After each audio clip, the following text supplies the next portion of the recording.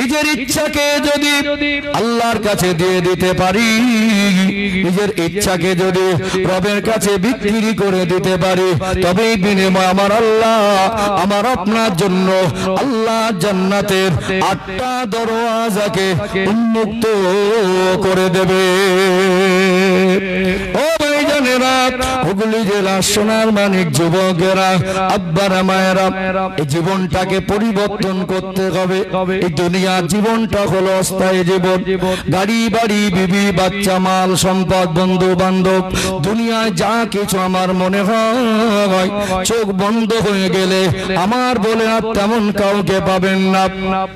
যে সোনার মানিক কলিজার টুকরা সন্তানদের আমরা এত মায়া মহব্বত করি, ওই সন্তান আমাদের সঙ্গে কেউ যাবে না। আল্লাহ কোরআনুল কারিমে বলেন, ওয়ালা তাসিরু ওয়াসিরাতুন বিসরা উখরা, ওরে আমার বান্দা বান্দে, তোমার গুনার বোঝা অন্য কেউ বহন করবে না। নিজের জীবনের গুনার বোঝা নিজে যদি বহন করতে হয়, আর এই জীবনের হিসাব যদি আল্লাহর কাছে তিল তিল করে বুঝে দিতে হয়, এই জীবনটা পরিবর্তন দরকার আছে না নেই? দরকার আছে না নেই? ও ভাইজানেরা, হুগলি জেলার সোনার মানিক যুবকেরা, আব্বারা মায়েরা, আল্লাহ পাক কোরআনুল কারিমের 28 নম্বর পারার 19 নম্বর পৃষ্ঠার মিডল পয়েন্টের নিচে জানিয়ে দিলেন, সূরা আত-তাহরিমের 6 নম্বর আয়াত আল্লাহ জানিয়ে দেন, ইয়া আইয়ুহাল্লাযীনা আমানু, হে বিশ্বাসী বান্দা বান্দিরা, ও আনফুসাকুম ওয়া আহলিকুম নারা, জাহান্নামের আগুন থেকে নিজে বাঁচো এবং আহল পরিবার বর্গকে বাঁচাও। জাহান্নামের আগুন থেকে বাঁচতে গেলে আল্লাহর আদেশ নিষেধ, আমাদের রাসূলের আদেশ নিষেধ গুলো মেনে চলা দরকার আছে না নেই? কোনটা হারাম কোনটা হালাল, কোনটা করণীয় কোনটা বর্জনীয়, কোনটা নেকি কোনটা গুনাহ, এটা আমরা সবাই জানি। একদিকে যেমন আমাদের ভালো হতে হবে, আমাদেরকে জান্নাতের হকদার হতে হবে, আমাদেরকে হাদিস কোরআন অনুযায়ী আমার রাসূলুল্লাহর সুন্নাত তরিকায় জীবনটাকে সাজাতে হবে, আমার রবের নিষেধগুলো মেনে চলতে হবে। অপরদিকে আমাদের আল আওলাদ পরিবার সন্তান, আমাদের যারা হাল, তাদেরকে জাহান্নামের আগুন থেকে বাঁচাবার জন্য আমাদের যা করণীয় সেগুলো করা দরকার আছে না নেই? আছে না নেই? জ্ঞানীগুণী মানুষ আমরা কত আরাম এসে ভালো মন্দ খাচ্ছি, আরামে ঘুমাচ্ছি। গোটা বিশ্বের দিকে তাকিয়ে দেখুন, দুনিয়ার মানুষের অবস্থা খুব ভালো না। আজকে প্যালেস্তাইনের যে চিত্র, ভাবতে পারেন কোথায় বিশ্ব মানবতা? ভাবতে পারেন কোথায় আজকে 2025 সালে দাঁড়িয়ে গোটা বিশ্বের মধ্যে মানুষের ভিতরে মনুষ্যত্ব? সেইভাবে কত প্রতিবাদ কাউকে করতে দেখা যায় না। ধর্ম তার একান্ত ব্যক্তিগত পার্সোনাল ম্যাটার, ব্যক্তি স্বাধীনতা, কিন্তু মানুষের ভিতরে মানবতা জিনিসটা তো বেঁচে থাকা দরকার ছিল। যুগ যুগ ধরে ইতিহাসে যে যুদ্ধগুলো আমরা পড়াশোনা করেছি, আমরা অবগত হয়েছি, আগের দিনে মানুষ যুদ্ধ করত, সেই লড়াইটা ছিল ময়দানে, সরাসরি স্পটে সামনাসামনি হতে হতো। তীরের যুদ্ধ, ধনুকের যুদ্ধ, অস্ত্র তরোয়ালের যুদ্ধ। আজকে দিনের টেকনোলজি দিয়ে অল্প সময়ের মধ্যে মানুষকে যেভাবে নৃশংসভাবে, নির্মমভাবে, নিষ্পাপ বাচ্চাদের উপরে, অসুস্থ মানুষদের উপরে, নির্দোষদের উপরে জুলুম অত্যাচার হচ্ছে, বিশ্বাস করুন আল্লাহর বান্দা বান্দীদের বাড়াবাড়ির যে সীমা লঙ্ঘন হচ্ছে, এর দ্বারা বোঝা যায় দুনিয়ার আর বেশি দিন হায়াত নেই। এই জায়গায় দাঁড়িয়ে আমাদের পরিবর্তন দরকার। এই জায়গায় দাঁড়িয়ে আমাদের যদি আজ পর্যন্ত কবর হাসরের কথা মনে না পড়ে, আজ পর্যন্ত যদি আমরা আমাদের সন্তানদেরকে ইসলামিক পরিকাঠামোয় মানুষ করতে না পারি, আজ পর্যন্ত যদি আমাদেরকে জাহান্নামের আগুন থেকে বাঁচার মতো চেতনা নিজেদের মধ্যে তৈরি করতে না পারি, আমরা যদি গার্জেনরা দায়িত্ব নিতে না পারি, শুধু বছরে একবার জলসা দিয়ে হুজুর এনে ওয়াজ করিয়ে শুধু সমাজ হুজুরকে বলে দেবো হুজুর কোচে দেন, এতে সমাজ পরিবর্তন হবে না। প্রত্যেকের বিবেককে জাগ্রত করতে হবে, প্রত্যেকটা গার্জেনকে দায়িত্ববান হতে হবে। নিজেদের জীবন পরিবর্তনের সাথে সাথে আমাদের আল আওলাদ সন্তান আহাল যারা আছে তাদেরকে ইসলামিক পরিকাঠামোয় মানুষ করতে হবে। দরকার আছে না নেই? চলুন ভাই একটু আগে বাড়ি, আর একটু ক্লিয়ার হবে ইনশাআল্লাহ। ও ভাই ভাইজানেরা, সোনার মানিক যুবকেরা, আব্বারা মায়েরা, আমার আল্লাহ বড় দয়াময়, আল্লাহ পাক বড় মেহেরবান। সূরা আত-তাহরিমের 6 নম্বর আয়াতে আল্লাহ যেমন জাহান্নামের আগুন থেকে বাঁচতে বলেছেন, এটা আমার আল্লাহর বড় দয়া। আল্লাহ পাক বান্দা বান্দিকে অনেক বেশি ভালোবাসেন। আমরা মানুষ, আমরা নির্বোধ, আল্লাহর ভালোবাসাটুকু বোঝার চেষ্টা করি না। এই মানুষ যখন পথ ভোলা হয়ে যায়, এই মানুষ যখন মনুষ্যত্ব খারাপ হয়ে যায়, বিবেকহীন হয়ে যায়, দুনিয়ার জমিনে জুলুম অত্যাচার নাফরমানিতে লিপ্ত হয়ে যায়, এই মানুষ যখন একটা সময় হেদায়েতের পথ থেকে গোমরা পথে চলে যায়, আমার আল্লাহর বড় দয়া, আল্লাহর বড় করুণা, এই সমস্ত হেদায়েত গোমরা মানুষদেরকে, পথ ভোলা মানুষদেরকে সুপথে ফিরিয়ে আনার জন্য যুগ যুগ ধরে অসংখ্য অগণিত নবী রাসূল পয়গম্বর আলাইহিমুস সালাম দিগকে আমার আল্লাহ দুনিয়ায় পাঠিয়েছেন না পাঠায় নাই? পাঠিয়েছেন না? নবীদেরকে আল্লাহ পাঠানোর কারণটা কি? সাধারণ মানুষ যারা পথভ্রষ্ট, যারা মনুষ্যত্বহীন, যাদের ভিতরে বিবেক জিনিসটা মারা গেছে, তাদের পুনরায় মরা বিবেককে জাগ্রত করার জন্য নবীরা আসেন, হেদায়েতের কথা বলেন, সুপথে ফিরিয়ে আনার চেষ্টা করেন। এই সাধারণ মানুষ আল্লাহর প্রেরিত পয়গম্বর সম্মানিত নবীদের সামনে বেয়াদবি করেছে, নবীদেরকে মেরেছে, নবীদেরকে নিয়ে চক্রান্ত করেছে, নবীদেরকে জানে মারার পরিকল্পনা করে শহীদ করে দিয়েছে। তারপরে আল্লাহ নবীদেরকে সান্ত্বনা দিয়ে বলেছেন, আপনারা আমার নবী, আপনাদের দায়িত্বটা অনেক বেশি। আমি আল্লাহ আপনাদেরকে নবুয়াতের দরজা দিয়েছি, নবীর ক্যাটাগরি দিয়েছি। রাগ করে মন খারাপ করে বসে থাকলে আমরা আবার যেন ওই মানুষদের হেদায়েত করেন, অথচ গুণ আল্লাহর ভালোবাসা। কথা ঠিক না? ঠিক। আমার আপনার নবী, দয়ার নবী, মায়ের নবীর উম্মত হওয়ার সুবাদে আমার আল্লাহ আমার আপনার জন্য জাহান্নাম থেকে বাঁচা আর জান্নাত হাসিল করাটাকে আমার আল্লাহ সহজ করে দিয়েছেন। বলুন সুবহানাল্লাহ। কিন্তু আফসোস, দুঃখ আর কষ্ট, সেই নবীর আদর্শ আজকে আমাদের মানতে মন চায় না। সেই নবীর আদর্শে আদর্শিত হতে পারি নাই, সে আল্লাহর কথা মতো চলতে পারি নাই। এটা আমার জীবনের, আপনার জীবনের বড় ব্যর্থতা। মনে রাখতে হবে, আল্লাহ বান্দা বান্দিকে আখিরাত সম্পর্কে আমার আল্লাহ সচেতন করে দিয়েছেন। কোরআন শরীফ খুলে দেখবেন, 15 নম্বর পারা, 18 নম্বর পৃষ্ঠা। সূরার নাম হলো সূরা আল কাহাফ, আয়াত নম্বর 49, 49 নম্বর আয়াত। আল্লাহ জানিয়ে দিলেন, ওয়া উদিয়াল কিতাব ফাতারাল মুজরিমিনা মুশফিকিনা মিম্মা ফি ওয়া ইয়াকুলুনা ইয়া ওয়াইলাতানা মা লিহাযাল কিতাব লা ইউগাদিরু সগীরাতান ওয়ালা কাবীরাতান ইল্লা আহসাহা ওয়া ওয়াজাদু মা আমিলু হাদিরা ওয়ালা ইয়াজলিমু রাব্বিকা হাদা। আল্লাহ বলছেন, উদিয়াল কিতাব, ওরে আমার বান্দা বান্দে, আমি আল্লাহ হাসরের ময়দানে তোমাদের অর্জনকৃত আমলটা তোমাদের সামনে খুলে দেব। ফাতারাল মুজরিমিনা মুশফিকিনা মিম্মা ফি, ওই দিন পাপী পাপিষ্ঠ অপরাধীদিগকে আতঙ্কিত অবস্থায় দেখা যাবে। দুনিয়ায় যারা আজকে দাপট দেখিয়ে বেড়ায়, নিজের ইচ্ছা মতো মন মর্জি চলে, যা ইচ্ছা তাই করে, যা ইচ্ছা তাই বলে, যা ইচ্ছা তাই সিদ্ধান্ত নেয়, দুনিয়ায় দাপট দেখিয়ে বেড়ানো মানুষগুলো হাসরের ময়দানে কঠিন বিচারের দিনে দাপট দেখানোর ক্ষমতা কারো হবে না, বরং উল্টো চিত্র দেখা যাবে। দুনিয়ায় যাদের বাড়াবাড়ি ছিল, দুনিয়ায় যাদের ভিতরে গরম ভাব ছিল, হাসরের ময়দানে তারাই বেশি ভীত, সন্ত্রস্ত আর আতঙ্কিত হয়ে যাবে। আল্লাহ বলেন, আমি আল্লাহ তাদের জবান খুলে দেব, ইয়াকুলুনা, তারা বলতে থাকবে, মালি হাযাল কিতাব, আল্লাহ পাক কি আশ্চর্য খাতাব, লা ইউগাদিরু সগীরাতান ওয়ালা কাবীরাতান ইল্লা আহসাহা। ভাইজান হুজুর এসেছেন, একটু সম্মানিত তাকবীর দেন, নারী তাকবীর, আর একটু প্রাণ ভরে নারী তাকবীর।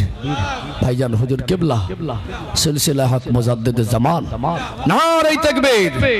আলহামদুলিল্লাহ, সময় এসে যাবেন। আমি তো শুরু করেছি, আমার টাইম 10টা 12টা, তার মধ্যে ভাইজান ভাইজানের সময় এসে যাবেন। চলুন, যে আলোচনা করছিলাম, কোরআন আয়াত বলছিলাম, এখানে ক্লিয়ার করি। আল্লাহ বলেন আউদিয়াল কিতাব ফাতারাল মুজরিমিনা মুশফিকিনা মিম্মা ফি হাসরের ময়দানে আমি আল্লাহ যখন বান্দা বান্দির অর্জনকৃত নামা আমলটা তার সামনে খুলে দেব সেই দিন হাসরের ময়দানে দুনিয়ায় দাপট দেখিয়ে গোনা করা মানুষগুলোকে ভীত সন্ত্রস্ত আতঙ্কিত অবস্থায় দেখা যাবে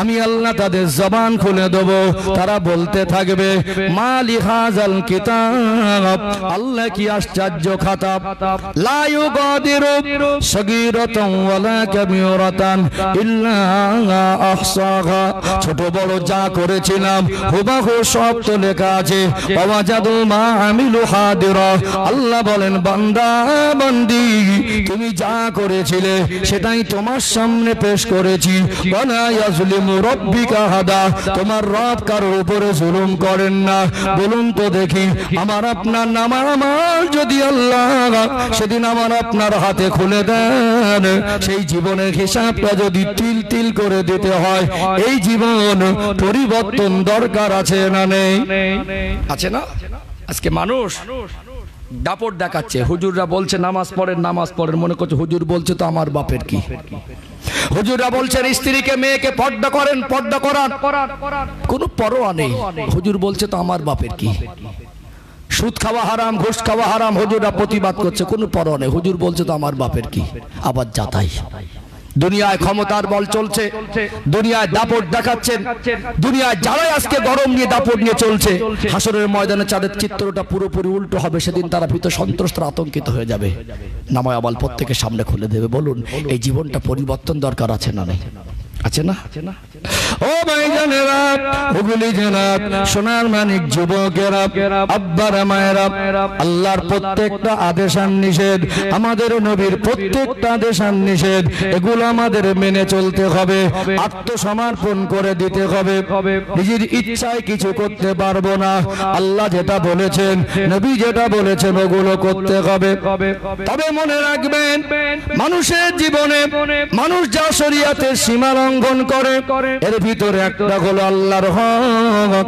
আর একটা হলো বান্দার হক আল্লাহর হক আল্লাহ যদি মনে করেন আল্লাহর কাছে যদি কোনোদিন ক্ষমা চান আল্লাহর কাছে যদি কোনোদিন তওবায়ে নসুহা করেন আমার আল্লাহ বড় দয়াময় আপনার ওই দুই ফোঁটা চোখের পানি আল্লাহর কাছে যদি কবুল হয় আল্লাহর হক নষ্ট করেছিলেন ওই গুনাহগুলো আমার আল্লাহ চাইলে মাফ করে দেবেন কিন্তু বান্দার হক এত কঠিন গুনাহ এই গুনাহটা আমার আল্লাহ মাফ করবেন না ও ভাইরা বাবাজিরা নামাজি হয়ে রোজাদার হয়ে ভালো পোশাক পরে হাজী হয়ে দুনিয়ায় পর্দায় ঢেকেও আমাদের আখলাক চরিত্র আমাদের দুনিয়ার জমিনের মুআমালাত মুআশারাতটাকে একটু পরিষ্কার করা দরকার আছে না নেই আজকে দিনে মানুষের জীবনে যদিও খুব মানুষ নামাজ পড়ছে রোজা রাখছে সব মা বোন খারাপ না অনেকে পর্দা করছে তবে আমাদের মনুষ্যত্ব আর বিবেকটা যেন মরা অবস্থা এখানে একটু বান্দার হক সম্পর্কে সচেতন করা দরকার আছে না নেই আছে না নেই আল্লাহর নবী হুজুর আমার তিনি জীবনে একবার হজ আদায় করেছিলেন এটা আল্লাহর নবী জীবনের প্রথম হজ এটা আল্লাহর নবীর জীবনের শেষ হজ আল্লাহ দয়াময় আমার আপনার নবী দয়ার নবী মায়ের নবীকে আমার আল্লাহ 63 বছরের হায়াতে জীবন দিয়েছিলেন 40 বছর বয়সে নবুয়ত দিলেন মক্কায় 13 বছর মদিনায় 10 বছর এই 23 বছরের খেদমতের ফসল বহু ঘাত প্রতিঘাত আল্লাহ নবীকে পাগল বলা হলো আমার রাসূলুল্লাহকে নিয়ে অনেক ষড়যন্ত্র হলো আমার নবীকে গালি দিল আমার নবীকে জানে মেরে ফেলার পরিকল্পনা কাফেররা বহুবার করেছিল আমার আপনার নবী দার নবীর রক্ত মোবারক তায়েফের জমিনের মাটিটা লাল হয়ে গিয়েছিল আমার রাসূলুল্লাহ দন্দান মোবারক শহীদ হলো বহু সাহাবাদের জান মাল কুরবানের বিনিময়ে ইসলাম প্রতিষ্ঠিত হলো আল্লাহ নবী হুজুর আমার এই 23 বছর ঘাত প্রতিঘাতকে উপেক্ষা করে বাধাকে উপেক্ষা করে আল্লাহ দেওয়া মহান দায়িত্ব দিন প্রচার করে গেলেন আমার রাসূলুল্লাহ নূরের হাতে হাত দিয়ে এই 23 বছরের ব্যবধানে কম বেশি 1.5 লাখ সাহাবা ঈমানের কলেমা পড়ে মুসলমান হয়ে গিয়েছিলেন। জোরে বলুন সুবহানাল্লাহ। আল্লাহ নবী জীবনে একবার হজ করেছিলেন, ওটা আমার রাসূলুল্লাহর ওফাতের কয়েক মাস আগে। নবী আমার যখন ঘোষণা দিলেন আমি হজ আদায় করব, গোটা মক্কা মদিনার অলি গলিতে খুশির জোয়ার বয়ে গেল। কেন না সাহাবারা জানতেন জীবনে আল্লাহ যদি হায়াত দেন আমরা অনেকবার হজ আদায় করতে পারবো, তবে আমাদের রাসূলের সঙ্গী হয়ে আমাদের নবীর সঙ্গী হয়ে হজ আদায় করাটা বড় খুশনসিব। আজ গোটা বিশ্বের জমিনে যেই মসজিদে আপনি যান ইমামের গলার কণ্ঠস্বর যতই মধুর হোক না কেন, কোরআন তেলাওয়াতটা যতই বিশুদ্ধ হোক, 2 রাকাত নামাজ পড়ে যতই মনে আপনার তৃপ্তি হোক না কেন, আল্লাহ দয়াময় আমার আপনার নবীকে যদি আমার আল্লাহ আর আমরা যদি আল্লাহ রাসূল যদি ইমাম হতেন আর আমরা পিছনে দাঁড়িয়ে যদি 2 রাকাত নামাজ পড়তে পারতাম, ওই তৃপ্তির সঙ্গে পৃথিবীর কোন ইমামের পিছনে নামাজ পড়ার তৃপ্তির কি কোনো তুলনা করা যাবে? যাবে কি? তুলনা করা যাবে না। লক্ষাধিক সাহাবা কিতাবের বর্ণনায় পাওয়া যায় 1.25 লক্ষ, অর্থাৎ কম বেশি 1,25,000-এর মতো সাহাবা আমার রাসূলুল্লাহর সঙ্গে হজের সঙ্গী হয়ে গিয়েছিলেন। জোরে বলুন সুবহানাল্লাহ। সমস্ত হাজী সাহেবরা যারা পুরুষ মানুষ হজের বিধান অনুযায়ী ইহরামের পোশাকটা পরতে হয়, 2 টুকরা সাদা কাপড়, একটা চাদর পরনে আর একটা চাদর গায়ে আরাফা ময়দানে অবস্থান করতে হয়। চতুর্দিক থেকে সাহাবাদের ঢল নেমে গেল, সাহাবিয়াদের ঢল নেমে গেল, সকলের মুখে একই আওয়াজে একই সুরে একই শব্দে আল্লাহর নাম, লাব্বাইক আল্লাহুম্মা লাব্বাইক লা শারীকা লাকা লাব্বাইক ইন্নাল হামদা ওয়ান নি'মাতা লাকা ওয়াল মুলক লা শারীকা লাক। গোটা আরাফা ময়দানটা নুরানিয়া তৈরি হয়ে গেল, গোটা আরাফা ময়দান ইহরামের কাপড়ে শুধু সাদা হয়ে গেল। আল্লাহর হাজী হাজ্জিন বান্দারা ওখানে হাজির হয়ে গেলেন। তারা কেমন মানুষ ছিলেন? প্রত্যেকেই ছিলেন আমার রাসূলুল্লাহর সাহাবা। জোরে বলুন সুবহানাল্লাহ। আল্লাহর নবীর কাছে ওই দৃশ্যটা বড় আনন্দের ছিল, ওই দৃশ্যটা বড় সান্ত্বনা ছিল। কেননা ইসলামের খেদমত করতে গিয়ে আমার রাসূলুল্লাহ জীবনে অনেক কষ্ট তিনি সহ্য করেছেন। আজকে সেই খেদমতের ফসলটা আমার নবী তিনি একই মজলিসে একই সিলেবাসে একই লেবাসে আল্লাহ নবীর সামনে আজকে কম বেশি লক্ষাধিক সাহাবা। জোরে বলুন সুবহানাল্লাহ। আল্লাহ নবী জাবালে রহমত পাহাড়ে পদদেশে দাঁড়িয়ে গেলেন। আল্লাহ নবীর চেহারা মোবারক নূরের মতো চমকাচ্ছে। আল্লাহ নবী ওই দিন দাঁড়িয়ে তিনি ভাষণ দিয়েছিলেন। ওই ভাষণ আর বক্তব্যটা সিরাতের কিতাবে বিদায়ী হজের ভাষণ শিরোনামে উল্লেখ হয়েছে।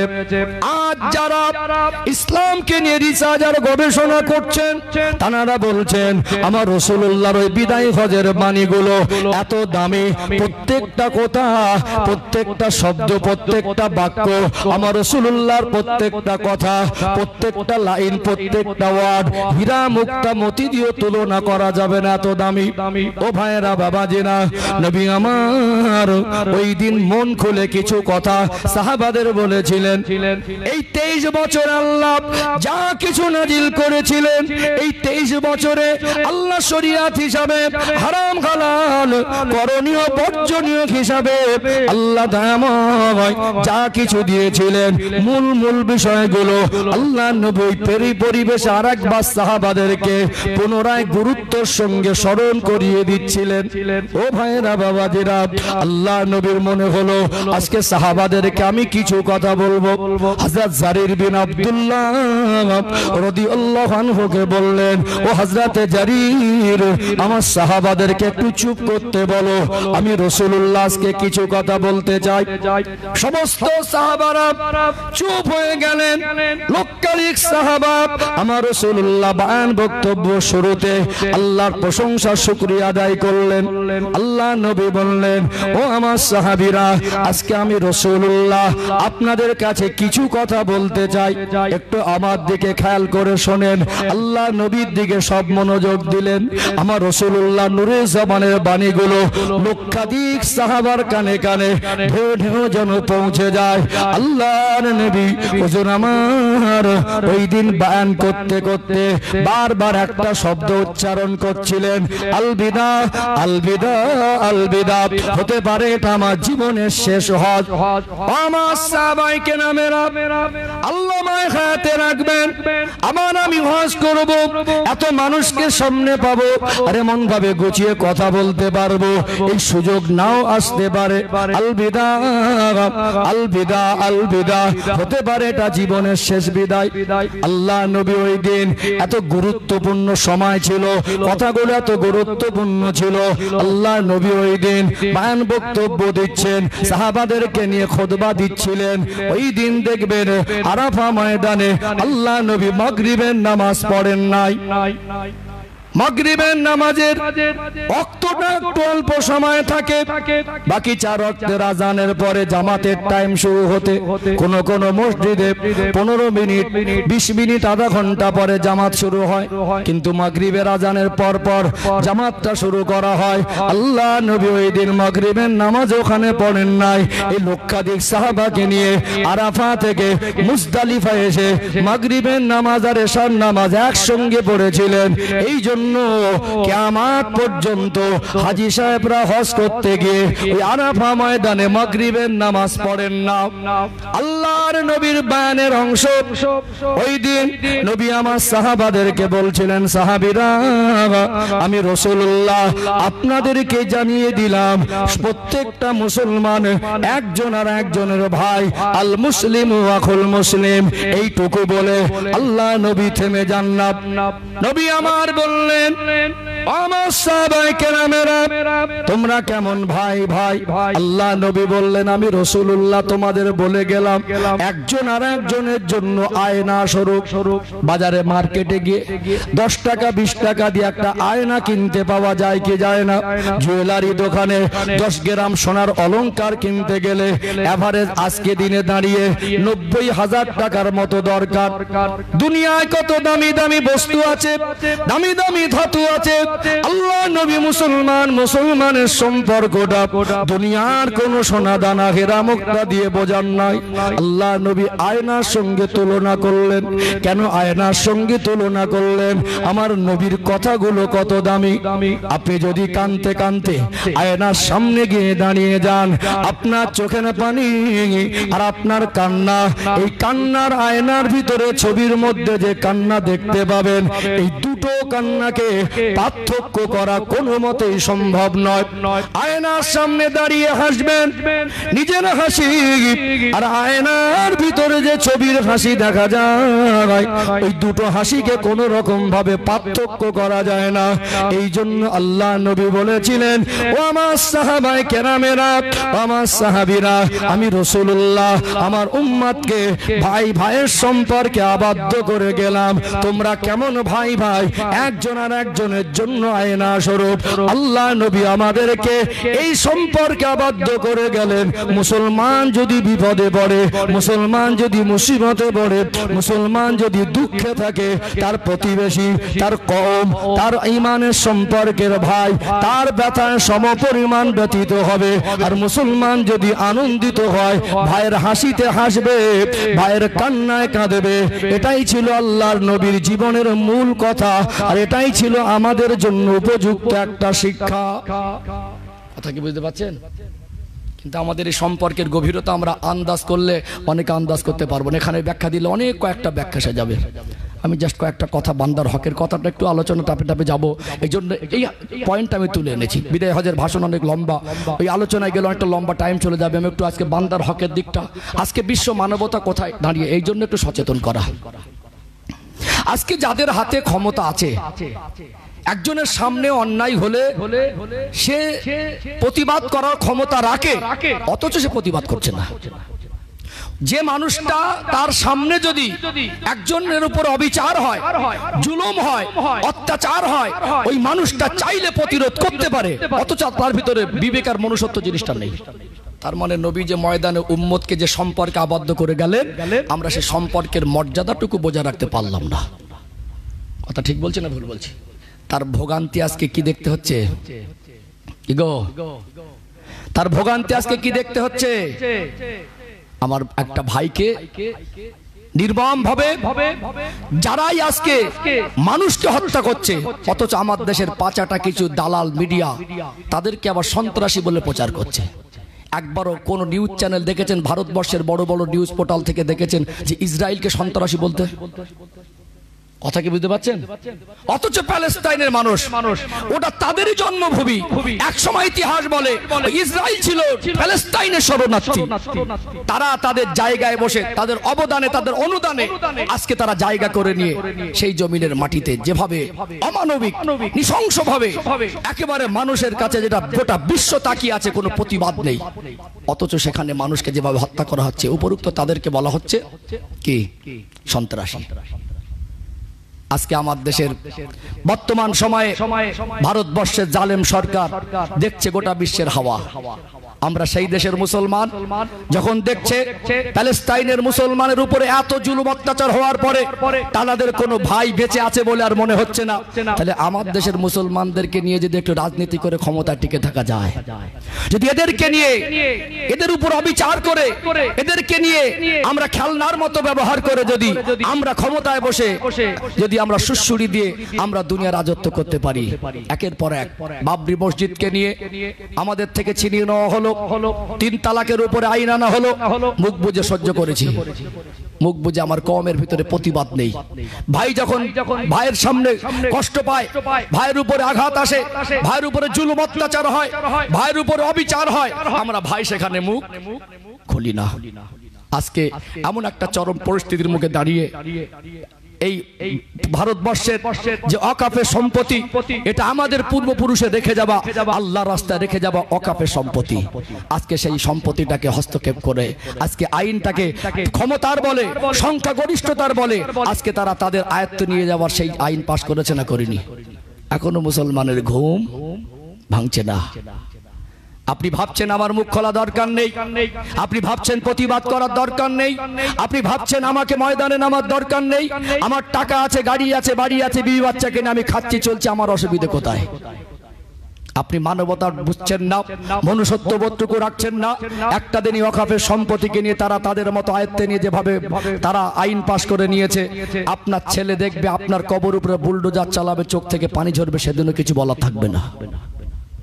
কথা ঠিক বলছি না ভুল বলছি? কি রাগ করছেন নাকি? কথাগুলো বাস্তব না অবাস্তব? এটা আমি বাহ্যিক দিকটাকে বলে নিচ্ছি, আমাদের আমালের জিন্দেগিতে তো অবশ্যই আসবো। আল্লাহ নবীর কথাটা কত দামি। আজ যদি আমরা প্রত্যেকে ভাই ভাই সেই সম্পর্কটা অটুট রেখে চলতে পারতাম, বিশ্বের কারোর বাবার ক্ষমতা ছিল না মুসলমানদের উপর চোখ তুলে তাকাবে। আল্লাহ নবীর হাদিসের অবমাননা করার ফল আজকে বিশ্বকে দেখতে হচ্ছে, চোখের পানি ফেলতে হচ্ছে, হাতে করার কিছু নেই। যাদের হাতে আছে তারাই কিছু বলে না, আপনি এখানে বসে কি করবেন? তথাপিও আমাদেরকে যতটা পারি সেই রকম পর্যায়ে যতটা আমার দ্বারা সম্ভব সেই প্রতিবাদে আমি করে যাব, এইটুকু আমাদের নৈতিক দায়িত্বের মধ্যে রাখতে হবে। কথা ঠিক না ঠিক? কি কথা ঠিক বলছি না ভুল বলছি? আপনি বলুন, এটা তো বিশ্বের আর দেশের কথা বলছি। আমার আপনার গ্রামে, আমার আপনার আঞ্চলিক এরিয়ার মধ্যে যাদের হাতে ক্ষমতা আছে, যাদের কথা চলে, যাদের দাপট আছে, তাদের সামনে একটা মানুষের উপরে অন্যায় হলে, অবিচার হলে, একটা মানুষকে হ্যারাসমেন্ট হলে, একটা মানুষকে অন্যায় ভাবে কেউ দোষী করলে, একটা মানুষকে অন্যায় ভাবে কেউ গলা ধাক্কা দিলে, কজন তার প্রতিবাদ করে না, কথা বলে? উপরন্ত যার টাকা আছে বিচারটা তার দিকে ঘুরে যায়। তাহলে আমাদের ভিতরে মনুষ্যত্ব আর মানবতা কোথায়? রাসূল আমার যে সম্পর্কে আবদ্ধ করে গেলেন সেই সম্পর্কে আমরা, অথচ ঈদ পার করলাম, ঈদের দিনে আমার মনে হয় এবছরে পুরনো পোশাক পরে নামাজ কেউ পড়েছে বলে ম্যাক্সিমাম, হয়তো ছিল এরকম বলবো না নেই, ম্যাক্সিমাম মানুষ নতুন পোশাকে নামাজ পড়েছে ঈদের দিনে। সকলের লেবাস পোশাক দেখে মনে হলো সব নিখুঁত মুসলমান, অথচ উপর থেকে আমরা যে পরিমাণে মুসলমানের ভাবভঙ্গিলে চলছি, উপরের লেভেলটা যে পরিমাণে মুসলমানের মতো করেছি, আমাদের ভিতরে সেই মনুষ্যত্বটা আমরা মুসলমানের মতো করতে পারিনি। কথা ঠিক বলছি না ভুল বলছি? তাহলে আজকে এই জন্য আমাদেরকে একে অপরের প্রতি মানবতার মানে দিকে খেয়াল রেখে একে অপরের প্রতি সহানুভূতিশীল হতে হবে, মানুষকে ভালোবাসতে হবে। এই ভারতবর্ষের একটা ঐতিহ্য, জাতি ধর্ম বর্ণ নির্বিশেষে আমরা সকলে ভারতবাসী, কথা ঠিক না বেঠিক? বিভিন্ন ভাষাভাষীর মানুষ, বিভিন্ন ধর্মাবলম্বীর মানুষের বসবাস। এখানে সম্প্রীতি আমাদের কাছে একটা ঐতিহ্য। ধর্ম তার ব্যক্তিগত স্বাধীনতা, আমরা হিন্দু মুসলমান মিলেমিশে চলবো, কিন্তু আমার কম আমার ভাই, আমার ইমানি সম্পর্কের ভাই। নবী এই সম্পর্কে আবদ্ধ করে গেলেন। আরাফা ময়দানে ওই মূল্যবান সময়ে মুসলমানের সম্পর্কের গুরুত্বটা আল্লাহর নবী বুঝিয়ে গেছেন না, জাননি? বুঝে গেছেন না? ও ভাইজানেরা, সোনার মানিক যুবকেরা, আব্বারা মায়েরা, আল্লাহ নবীর কথা মানলে তার ভোগান্তি অন্যরকম। আজকে দুনিয়ায় মনে করছেন আমার ক্ষমতা আছে, এখানে প্রতিবাদ করার দরকার নেই। আপনি দাঁড়িয়ে দাঁড়িয়ে দেখবেন, আপনি সবকিছু দেখে মুখ বুঝে আপনি ভালো মন্দ খাবেন আর ঘুমাবেন। এই প্রতিবাদ যদি আপনি না করেন, হাসরের ময়দানে কিন্তু জবাবটা আল্লাহর কাছে আপনাকে দিতে হবে। আমি বিশ্ব দেশের কথা বলছিলাম। আজকে বর্তমান সময়ে আমার আপনার প্রতিবেশী গ্রামবাসী আত্মীয় স্বজনের উপরেও আমরা সেই ভালোবাসার সম্পর্ক রেখে চলতে পারে নাই। দেখবেন আজকে দুনিয়ার জমিনে মানুষ সব ভাগাভাগি শুরু হয়ে গেছে। দুনিয়ায় যার পয়সা আছে, যার মাল আছে, যার গাড়ি আর বাড়ি আছে, সমাজে তার সম্মান আছে। লোকটা অত্যন্ত সৎ, নামাজি, মুসল্লি, দিনদার, লোকটার ভিতরে মানবতা আছে, লোকটা খোদা ভীরু, লোকটার ঈমান আমল দ্বারা হয়তো আল্লাহ তাকে ভালোবাসে। অথচ ওই লোকটার গাড়ি আর বাড়ি যদি না থাকে, টাকা পয়সা যদি না থাকে, ওই লোকটাকে সমাজের মানুষ অবহেলার পাত্র হিসাবে তাকে ব্যবহার করছে কি করে না? করছে কি করে না? করছে না? আজকে একটা মানুষ কোথাও বেড়াতে যাবেন, সেখানে গিয়ে যদি আপনার এলাকার কোনো নাম করা ধনী প্রভাবশালী মানুষের নাম করে, ভাই আপনার বাড়ি তো হুগলি জেলা, ওই জায়গায়, এই জায়গাটার নাম কি? বামুনজোল। মাইন্ড করুন, উদাহরণস্বরূপ বলছে, আবার মাইন্ডের মানে বাস্তবে নেবেন না। তো বামুনজোলে আপনার বাড়ি, তো কোনো আত্মীয়র বাড়ি গেলেন অন্য কোনো জেলায় হয়তো, তো এক নাম করা মানুষের নাম বললো, নাকি চেনেন? আদিও খালাতো ভাই, ফুফুতে ভাই, মামাতো ভাই না, সেখানে নাম করা মানুষ বড় মানুষ, ওই জন্য তাকে বলা হয় কেন আমাদের আত্মীয় হয়, একসঙ্গে ওটা বসা লোকটাকে তো চিনি। অথচ যদি সম্পর্ক থাকে, বন্ধুত্বের সম্পর্ক, পরিচিত আত্মীয়, তারপরে যখন ভ্যান চালক গরিব মানুষের নাম করা হয়, ভাই লোকটাকে চেনেন, তখন মাথা চুলকা চেনা চেনা লাগছে, মনে হয় থাকলে থাকতে পারে। মানে যার পয়সা আছে তাকে ঢাল বানাতে চায়, অথচ সে মানুষ, সে হয়তো গরিব, তার পয়সা নেই বলে, অভাব বলে, অথচ সে হয়তো আল্লাহর কাছে প্রিয়, আমরা তাকে মানুষ বলে মনে করি না। আজকে যাদের পয়সা নেই, অভাব, আজকে যাদের গাড়ি আর বাড়ি নেই, প্রত্যেকটা স্তরে তখন তারা একরকম এক পর্যায়ের বঞ্চিত। কথা ঠিক বলছি না ভুল বলছি? ও ভাইজানেরা, সোনার মানিক যুবকেরা, আব্বারা মায়েরা, মুসলমানের ভেদাভেদ চলবে না, ধনী গরিবে পার্থক্য করা চলবে না। আল্লাহ নবী হুজুর আমার এই ভাই ভাইয়ের সম্পর্কে আবদ্ধ করে গেলেন। এগুলো যদি আমরা মেনে চলতে না পারি, নামাজ পড়ে, রোজা রেখে, হজ করে, যাকাত দিয়ে, কুরবানি দিও, আল্লাহর কাছে নাজাত পাওয়া কিন্তু সহজ হবে না। এখানে আপনাদের আর একটা ব্যাখ্যা তুলে ধরে, নবী আমার মুসলমানের সম্পর্কের ভিতরে কেমন সম্পর্ক তৈরি করে গেলেন, এই কথার গভীরতাটা একটু ব্যাখ্যা করা দরকার আছে না নেই? ও ভাইরা, বাবাজিরা, আল্লাহ নবী হুজুর আমার এই মুসলমানের সম্পর্ক তৈরি করে দিলেন। এগুলো যদি আমরা মেনে চলতে পারি, আমাদের দুনিয়া আখিরাতের কল্যাণ আছে। আমরা জানি আল্লাহ আমাদেরকে যত ইবাদত দিলেন, সব থেকে উত্তম ইবাদত, আফজালুল ইবাদাতে ইবাদাতুস সালাত, উত্তম ইবাদত হলো নামাজ। নামাজ আদায়ের জন্য আমরা যে ঘরটা বানিয়েছি, ওটা হলো আল্লাহর ঘর, মসজিদ। পৃথিবীর জমিনে যত জায়গা আছে, সবচেয়ে উৎকৃষ্ট উত্তম জায়গা হলো মসজিদ। উত্তম ইবাদত নামাজ।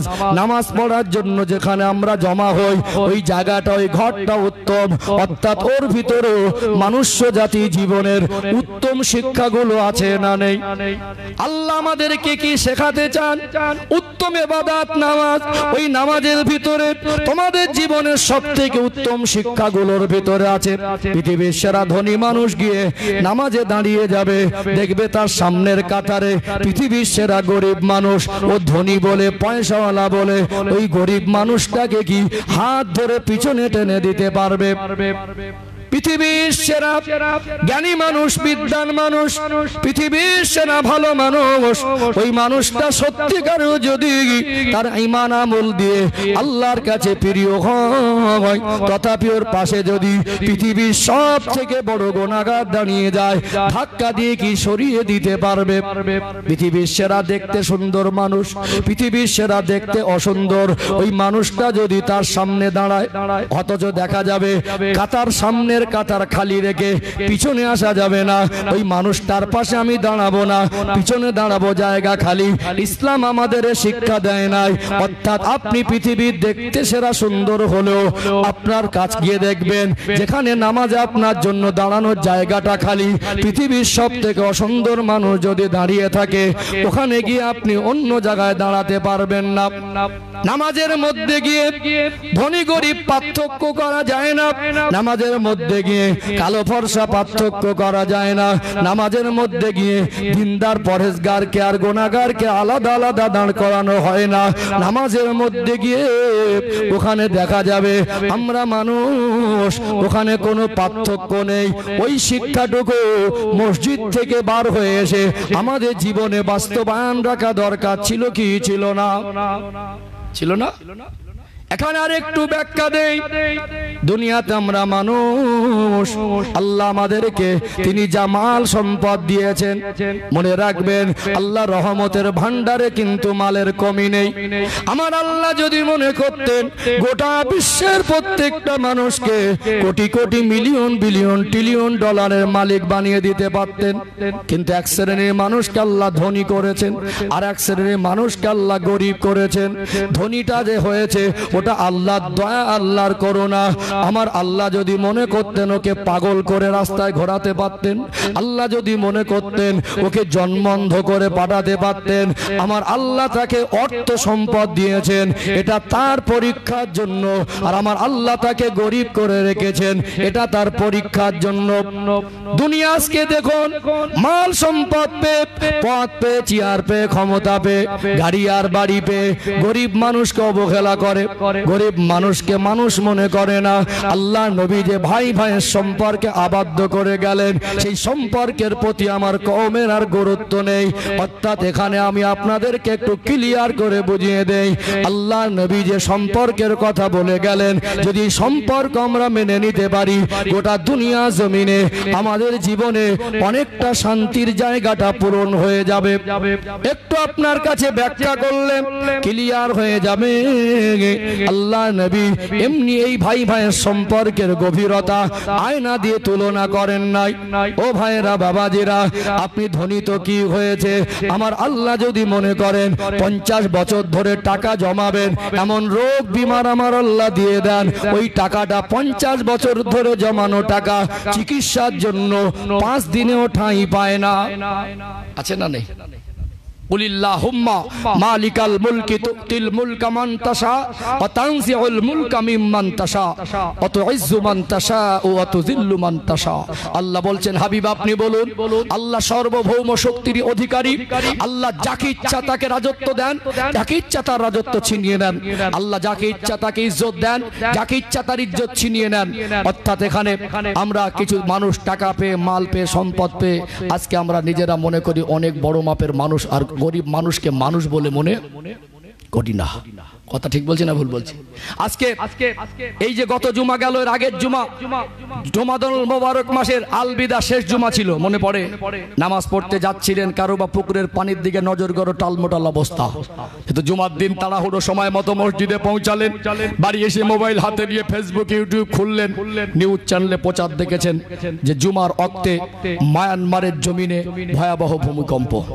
30 তলা বিল্ডিং গুলোকে আল্লাহ মাটির সঙ্গে মেলালেন, 30 সেকেন্ড সময় লাগেনি।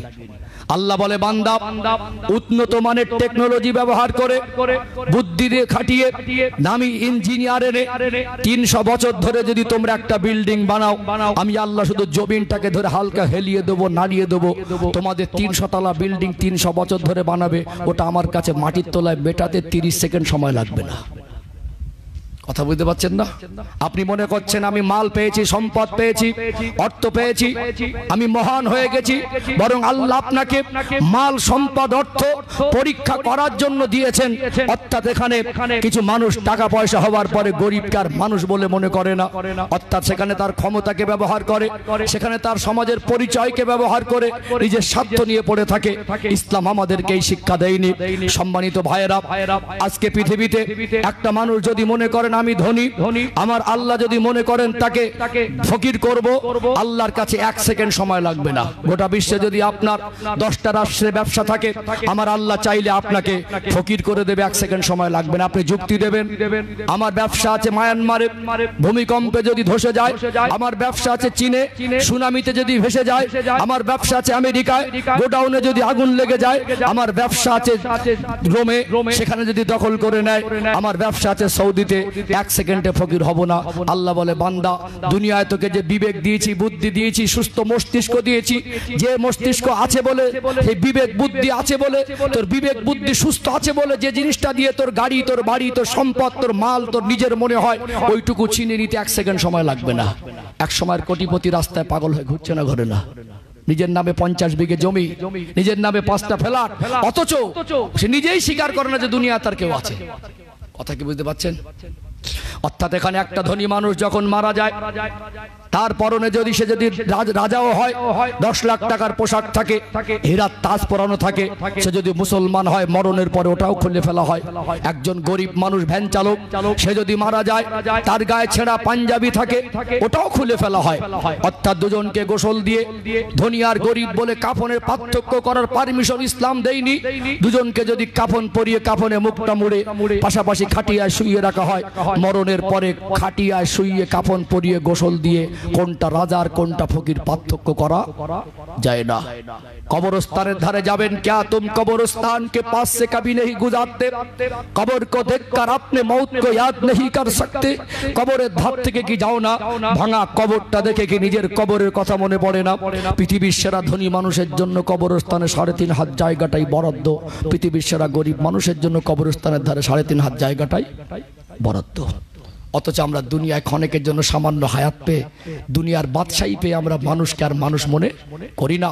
এটা আল্লাহ নবীর ইসলামের শিক্ষার একটা চরম বিরোধী। আল্লাহ আমাদের বোঝার তৌফিক দান করেন, বলেন আল্লাহুম্মা আমিন। ও ভাইজানেরা, সোনার মানিক যুবকেরা, আব্বারা মায়েরা, ইসলামের শরীয়তের বিধান কত মধুর। এখানে একটুখানি আপনাদের এক একটা করে পয়েন্ট ব্যাখ্যা দেব।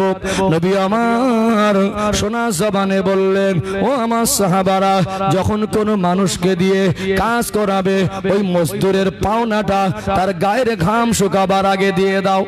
ইসলামের শরীয়তে আছে না নেই? আল্লাহ নবীর কথা কত দামি। গায়ের ঘাম শুকাওয়ার আগে নবী আমার তার পাওনাটা এমনি দিতে বলেন নাই।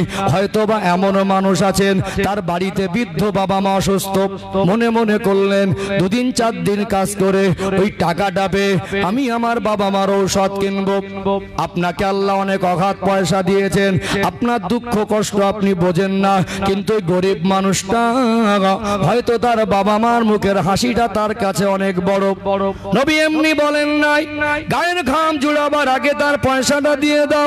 আল্লাহ নবীর কথা কত দামি। ইসলামের শিক্ষাগুলো একটু বোঝার চেষ্টা করেন। এমনও হতে পারে আল্লাহ আপনার অভাব দেয়নি, আপনি বুঝবেন না। হয়তো একটা গরিব মানুষ, তার বাচ্চা হঠাৎ অসুস্থ। বলুন তো দেখি, আমরা আমাদের বাচ্চাদের অসুস্থতা কি আমাদের কাছে কষ্টের নয়? নিজে না খেয়ে তাদের খাওয়াই, নিজে না পরে তাদের পড়াই। বাচ্চা হোঁচট খেয়ে পড়ে গেলে ওই আঘাতটা মনে হয় শুধু বাচ্চার নয়, ওই আঘাতটা মনে হয় বাবা মার কলিজায় ধাক্কা লাগে। ও ভাইরা, বাবাজিরা, সেই বাচ্চা অসুস্থ হলে বাবা মা পেরেশান হয়ে যায়, বাবা মার মনে শান্তি থাকে না। পয়সা না থাকলেও আমরা ধার দেনা করে চিকিৎসা করে কি করি না? হয়তো বা কোনো পরিচিত বন্ধু বান্ধব আত্মীয় স্বজনের কাছে হাত পাতে, ভাই আমার বাচ্চাটা অসুস্থ, আমাকে 2000 টাকা ধার দে, 2 সপ্তাহের মধ্যে তোকে দিয়ে দেব। অথচ লোকটা কাজ করেছে, পাওনাদারের গায়ের ঘাম শুকাবার আগে যদি ওই পাওনাটা দিয়ে দিত তার মনিব, বলুন তো এই মানুষটার ওয়াদা কি খেলাফ হতো? সমাজে কিছু মানুষ আছে, আল্লাহ তাদের গাড়ি আর বাড়ি দিয়েছে, তাদের জামা কাপড় ভালো, চাইলে সে তার হাতের কাছে 10-20 হাজার টাকা হাতের ময়লার মতো, আল্লাহ তাকে যথেষ্ট অর্থ দিয়েছে, অথচ স্বভাবটা এত খারাপ হয়ে গেছে, নিজের ভিতরের মনুষ্যত্ব জিনিসটা এমন ভাবে নিস্তেজ হয়ে গেছে, মানবতা তার ভিতরে বেঁচে নেই। পাওনাদার সে মজদুরি করেছে, অথচ তাকে কাজ করিয়ে 1 মাস 1.5 মাস 2 মাস তাকে ঘোরায়, এরকম উপর থেকে ফেরেশ মুসলমান বনে হলো তার ভিতরের কর্মকাণ্ডটা অমানুষের মতো। এরকম কিছু জঘন্য মানুষ আমাদের সমাজে আছে না নেই? আছে না? আছে না নেই? আজকে দিনে ভাবতে অবাক লাগে, মানুষ বলছে উন্নত হয়েছি, মানুষ বলছে আপডেট হয়েছি, মানুষ বলছে শিক্ষা বেড়েছে। আজকে সমাজে যাদেরকে জ্ঞানী গুণী বলে, অথচ ওই মানুষটাকে দেখা যায় একজন মানুষ তার হক সে পাওনাদার চাইতে আসেছে বলে বারবার তাকে ধমক দিচ্ছে, এখন দেবো না, যা কি করবি। কথা কি বুঝতে পারছেন? ক্ষমতার বল, ক্ষমতার বল। মনে রাখবেন, ক্ষমতার বলে যদি আল্লাহ অর্থ দিয়েছে বলে 70 বার হজ করেন, আল্লাহ জমিনের উৎকৃষ্ট ঘর মসজিদ 70,000ও যদি মসজিদ বানিয়ে দেন, মনে রাখবেন একজন মানুষের পাওনাদার তার হক যদি না মেটান, ওই মানুষটাকে উল্টো যদি ধমক দিয়ে কষ্ট দেন, আপনার ওই 70টা মসজিদ তৈরি করে দেবার আমল, আপনার ওই তাহাজ্জুদের চোখের পানি, আপনার যদি 2 দিনের মধ্যে প্রতিনিয়ত 2 দিনে 1 বার করে কোরআন খতম দেন, আর আপনি যদি 70 বার হজ করেন, আপনার কোন আমল আল্লাহ জান্নাতে নিয়ে যেতে পারবে না। এই জন্য নবী বলেছেন একজন মুসলমান আর একজন মুসলমানের জন্য আয়না স্বরূপ।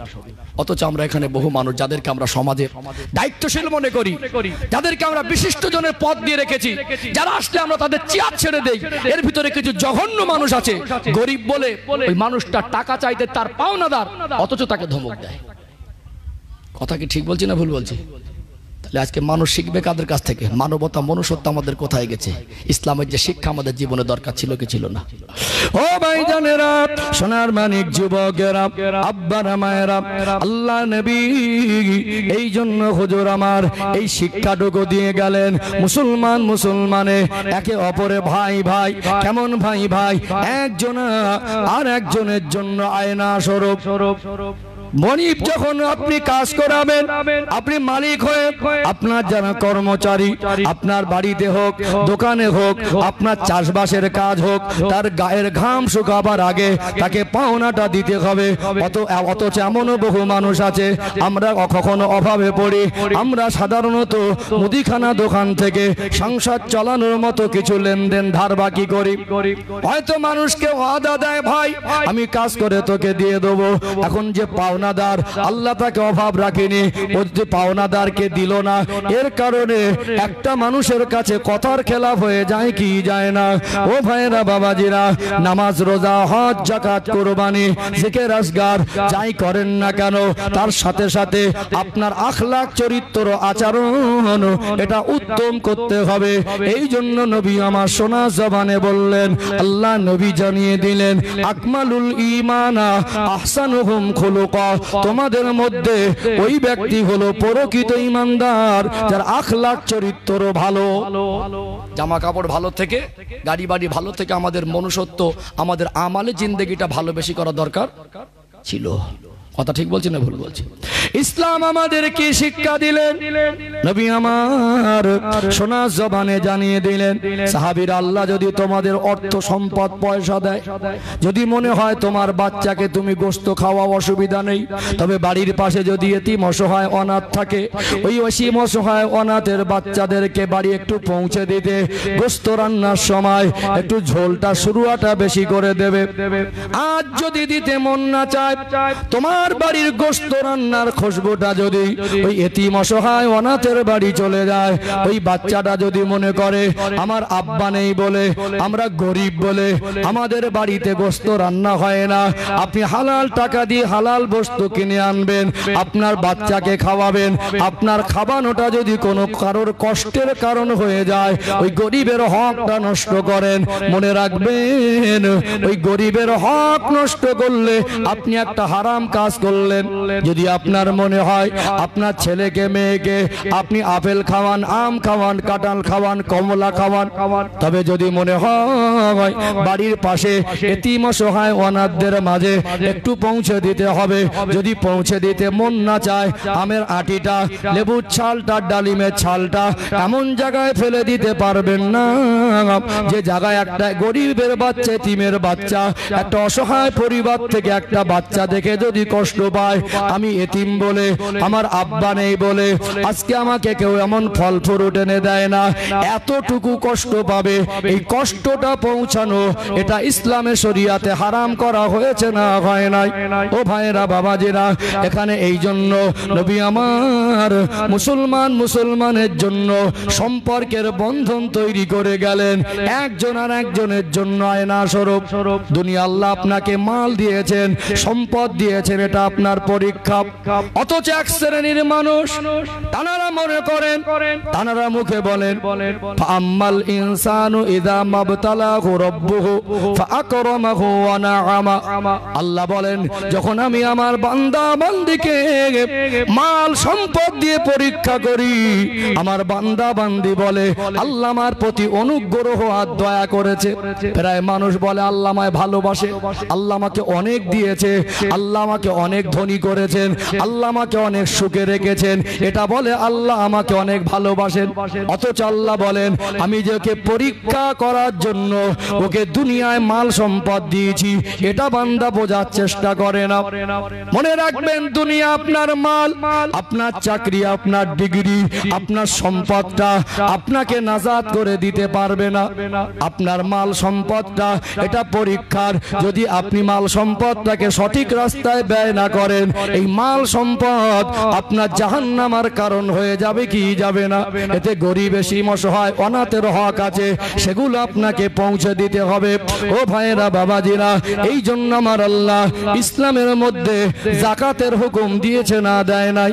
যাকাতের হুকুম দিয়েছে। এখানে আপনার মাল সম্পদ দেখে আমার হিংসা হয় না, আমার কষ্ট হয় না, কেননা আমি নিজেও যাকাত দেই, আমি দোয়া করি আল্লাহ আপনাকে আরো মাল সম্পদ দিক। বলুন আপনাদের এই গ্রামে, বামুনজোল গ্রামে যদি 10 জন চাকরিজীবী হয়, 10 জন ব্যবসায়ী হয়, 10 জন ধনী থাকে, এটা তো আমাদের কাছে গর্বের। ইসলামের শিক্ষা যদি হয়, নবী যদি বলেন মুসলমানের জন্য আয়না স্বরূপ, অর্থাৎ মুসলমান যদি সুখে থাকে গরিবও কষ্ট পাবে না, আর গরিব যদি কষ্ট পায় মুসলমান মুখ বুজে সহ্য করবে না। অর্থাৎ এখানে আমি বলতে চাই আল্লাহ আপনাকে আরো দেখ, কেননা অর্থ হলে তো কমের লাভ হবে। এই মসজিদটা এত সুন্দর করে বানালেন, এই গ্রামে 4টে গরিব মানুষ, একটা বেওয়া মা, তার একটা মেয়ে, ওই মেয়েটাকে বিবাহ দিয়ে দিলেন, মেয়েটাকে যে বিবাহ দিলেন জামাইটাও গরিব, স্বামী মারা গেল, ক্যান্সার রোগে আক্রান্ত, ওই অসহায় মানুষটা কি তার নিজের সংসার চলে না, নিজের অন্যের কাছ থেকে চেয়ে চালাতে হয়। অসহায় মানুষ কি এই মসজিদে 50,000 টাকা দিতে পারবে? কিন্তু আমার কওমের মানুষ, এই গ্রামে যদি 10টা ধনী থাকে, এই গ্রামে যদি পৃথিবীর সেরা ধনী কোনো মানুষ হয়, সেটা তো আমার ভাই চাইলে সে একা মসজিদ করে দিতে পারবে কি পারবে না? এটা তো কওমের লাভ।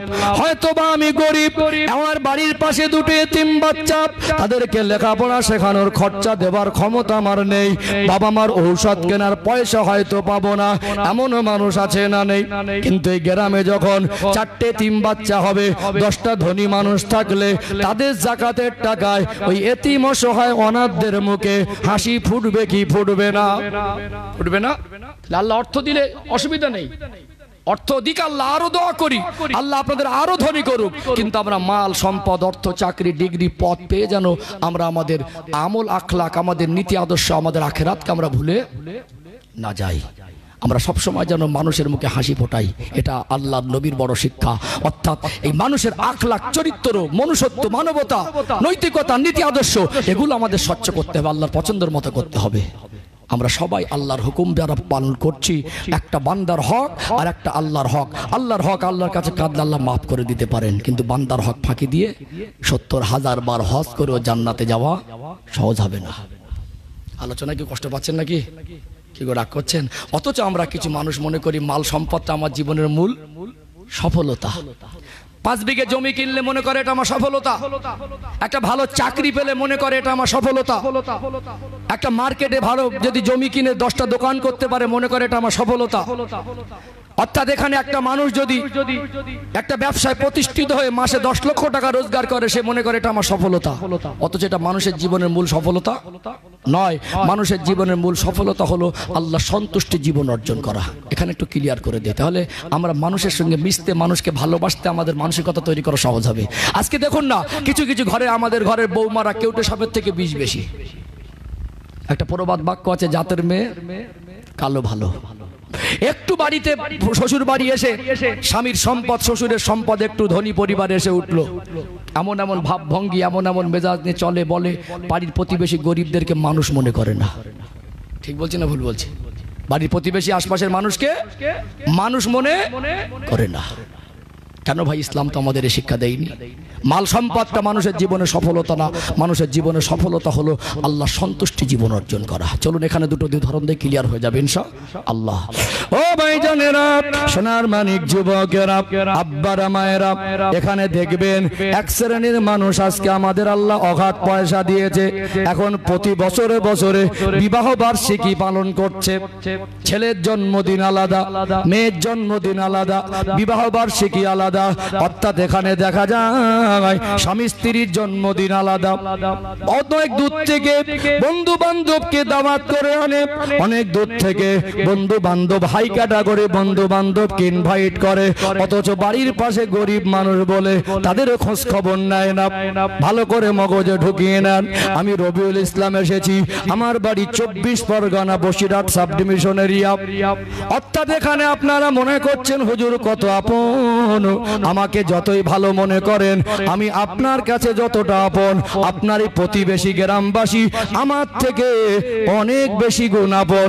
এই গ্রামে একটা মাইয়েত হয়ে গেলে আমি হুজুরকে কিন্তু পাবেন না, অথচ আপনার গ্রামের যারা গরিব, যারা অনাথ, যারা অসহায় গ্রামবাসী, একটা মানুষ যখন গ্রাম থেকে ইন্তেকাল করেন, মাইয়েত হয়ে যায়, ওই গ্রামে শোকের ছায়া নেমে আসে। যাদেরকে ঘৃণা করা হয়, যাদেরকে অবহেলা করা হয়, যাদের উপর অবিচার করা হয়, যাদেরকে আলাদা করতে সমাজ থেকে আলাদা চোখে দেখা হয়, অর্থাৎ এই মানুষগুলোকে চিনে রাখবেন, এই মানুষগুলো কিন্তু জানাজার ময়দানে আগে যায়। নিজের ছেলের বিয়েতে, মেয়ের বিয়েতে, কোন অনুষ্ঠানে প্রতিবেশী আত্মীয় গরিব, তাদের খোঁজ খবর নেয়নি, তাদের সঙ্গে সম্পর্ক ভালো রাখেনি, তাদেরকে মানুষ বলে সম্মান করতে তার কাছে লজ্জাবোধ হয়। দূর দূরান্ত থেকে এখন টাকা পয়সাওয়ালা বন্ধু, এখনকার দিনে বেশিরভাগ মানুষ সব হাই ক্যাটাগরির টাকা পয়সাওয়ালা বন্ধু। মানুষটা মারা যাবার পরে ওই মানুষটার বাড়িতে এসেছে, আল্লাহ না করেন কখনো কখনো দেখবেন জানাজার ময়দানে একটু ঘিজঘিজে বৃষ্টি হয়ে যায়। কি হয়? ঘিজঘিজে বৃষ্টি হয়ে যায়। আমাদের পরিবেশে উত্তম হলো জুতোটা খুলে দাঁড়ানো জানাজার ময়দানে। যদি সেই রকম পরিবেশ পরিস্থিতি হয় যে আমার জুতোর তলায় কোনো রকম নোংরা ময়লা লেগে নেই, সেই রকম চকচকে পরিবেশে আপনি চাইলে জুতো পরে জানাজার নামাজ পড়তে পারবেন। তবে জুতো জিনিসটা আমাদের পরিবেশে যা গরু ছাগলের পেশা পায়খানা, কুকুর বিড়ালের পেশা পায়খানা, সন্দেহ থাকাটাই স্বাভাবিক, এই জন্য জুতো খুলে দাঁড়াই। এখন ঘিজঘিজে বৃষ্টি হয়েছে, বাবু মানে কি মোজা বুট, শুট বুট, তাই তো নাকি? এখন দেখছে জানাজার ময়দানে সবাই জুতো খুলে দাঁড়িয়ে, যেমন জুতো খুললে মোজায় কি লাগবে? কি লাগবে? কাদা লাগবে। মান সম্মানের তাগিদে খুললো, মন থেকে খুলিনি, পা থেকে জুতোটা খুলেছে। জানাজার নিয়ত হয়ে গেছে, দোয়া কালাম চলছে, এখনো মনে মনে করছে জুতোটা খুললাম, সে জুতোটা তো সব পাততলায় কাদা লেগে গেল। তাহলে যাদেরকে ইনভাইট করতেন, দাওয়াত করতেন, তারা এসে দেখবেন ওই বাবু লোক জুতো মুখ পা থেকে খুললে মন থেকে খুললো না। অথচ যাদের আপনি ঘৃণা করতেন, যাদের অবহেলা করতেন, যাদেরকে মানুষ বলে মনে করতেন না, যাদেরকে সবসময় অবহেলিত করে রেখেছিলেন, ওই মানুষগুলো আপনার জানাজার ময়দানে কাঁদছে। আমি বাবার বলছি, আমি রবিউল ইসলাম আপনাদের যতটা আপন, তার থেকে 1000 গুণ আপন আপনার প্রতিবেশী। কথা ঠিক বলছি না ভুল বলছি? রাগ করছেন নাকি? এই জন্য প্রতিবেশীর সঙ্গে সুসম্পর্ক রাখতে হবে, প্রতিবেশীর খোঁজ খবর নিতে হবে, প্রতিবেশীর সঙ্গে উত্তম আচরণ করতে হবে, প্রতিবেশীর বিপদে মুসিবতে আল্লাহ অর্থ যদি দেয় এটা পরীক্ষার, তার পাশে দাঁড়াতে হবে, তার মুখে হাসি ফোটাতে হবে। অর্থাৎ নামাজে গিয়ে যখন ধনী গরিবের পার্থক্য নেই, নামাজে গিয়ে যখন কালো ফর্সার পার্থক্য নেই, কবরে আর কাফনে যখন কালো ফর্সার ধনী গরিবের পার্থক্য নেই, আমরা দুদিন পয়সা পেয়ে, মাল পেয়ে, ক্ষমতা পেয়ে গরিবদের কেন মানুষ বলে মনে করতে পারি না? এগুলো আমাদের পরিবর্তন দরকার আছে না নেই? কষ্ট পাচ্ছেন নাকি? কি অসুবিধা হচ্ছে আলোচনায়? জীবনগুলো আমাদের পরিবর্তন দরকার আছে না? ও ভাইজানেরা, সোনার মানিক যুবকেরা, আব্বারা মায়েরা, এখানে আরেকটা আপনাদেরকে দুটো উদাহরণ দেই। যারা আজকে মাল পেয়ে, সম্পদ পেয়ে, দুনিয়ায় ক্ষমতা পেয়ে আমরা মনে করি এটাই আমাদের জীবনের সফলতা। আমি বোঝাতে চাইছি মানুষের জীবনের মূল সফলতা গাড়ি বাড়ি, মাল সম্পদ, চাকরি, ডিগ্রি নয়। যতই বড় শিক্ষিত হন, যতই বড় ধনী হন, কোরআন হাদিস অনুযায়ী আপনাকে জীবন যাপন করতে হবে, তবেই আপনি সফল হতে পারবেন। আল্লাহ জান্নাতে যেতে গেলে শরীয়ত মেনে চলা দরকার আছে না নেই? দুনিয়ায় যদি মাল সম্পদ নিয়ে সফলতা পাওয়া যেত, বলুন তো দেখি, নমরুদের নাম আপনারা শুনেছেন না শোনেন নাই? আল্লাহ তাকে বাদশাহী দিলেন, আল্লাহ তাকে ক্ষমতা দিলেন, আল্লাহ তাকে মাল দিলেন। দুনিয়ায় ক্ষমতা পেয়ে, বাদশাহী পেয়ে, মাল পেয়ে অহংকারী হয়ে গেল। সেই জামানায়, সেই সময় আমার আল্লাহ তার নবী হযরত ইব্রাহিম খলিলুল্লাহ আলাইহিস সালামকে পাঠিয়েছিলেন। এই জালেম নমরুদ আগুন অগ্নিকুণ্ড করে আগুনে জ্বালিয়ে ইব্রাহিম আলাইহিস সালামকে মেরে ফেলার চেষ্টা করেছিল না করে নাই? জালেম নমরুদ একটা সময় বাদশাহী পেয়ে সীমা লঙ্ঘন শুরু করলো। একটা পর্যায়ে সীমা লঙ্ঘনের লিমিট ক্রস হয়ে গেল। সে বলতে লাগলো যে আমি আল্লাহর সঙ্গে যুদ্ধ করব। কত বড় আহমাক, কত বড় নাদান, কত বড় অপদার্থ! বাড়াবাড়ির লিমিট ক্রস হয়ে গেল। সে বলল আল্লাহর সঙ্গে যুদ্ধ করব। কোথায় সামান্য নমরুদ! সৃষ্টি আর স্রষ্টা কোনোদিন এক হয় না। আল্লাহ বলে দুনিয়ার মানুষ তোদের দেখাবো ও আমার সঙ্গে কি যুদ্ধ করবে।